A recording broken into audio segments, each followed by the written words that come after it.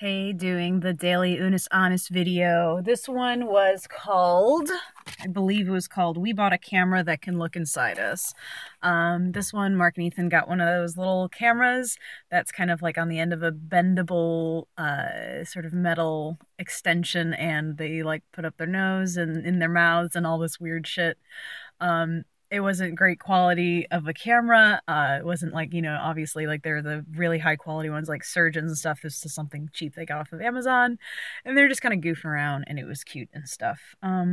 Cameras, I'm going to talk about them a little bit. I think that they're very interesting. It's interesting to look at things like it's always one of the cases of diversity that I think is so important that, like it's the development of cameras have such interesting story about them that I think is important to take into account, like with why it's important to have diversity even in spaces that you don't think like a diversity panel or whatever. Cameras were it was instrumental that cameras have diversity in the development of them, because for years there was no acknowledgement of how to develop people with darker skin tones.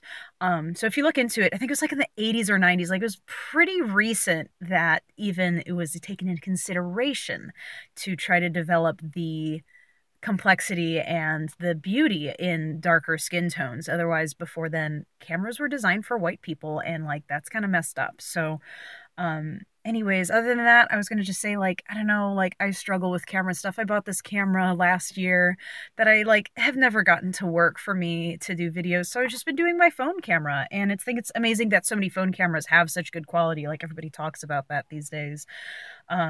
But yeah, I don't know. That's kind of all I have to say about this. I'm kind of in those weird moods of like feeling like I can do everything and also yet feeling the overwhelming futility of life. So like existential crisis mode. But I'm trying, so I'll see you guys in the next video.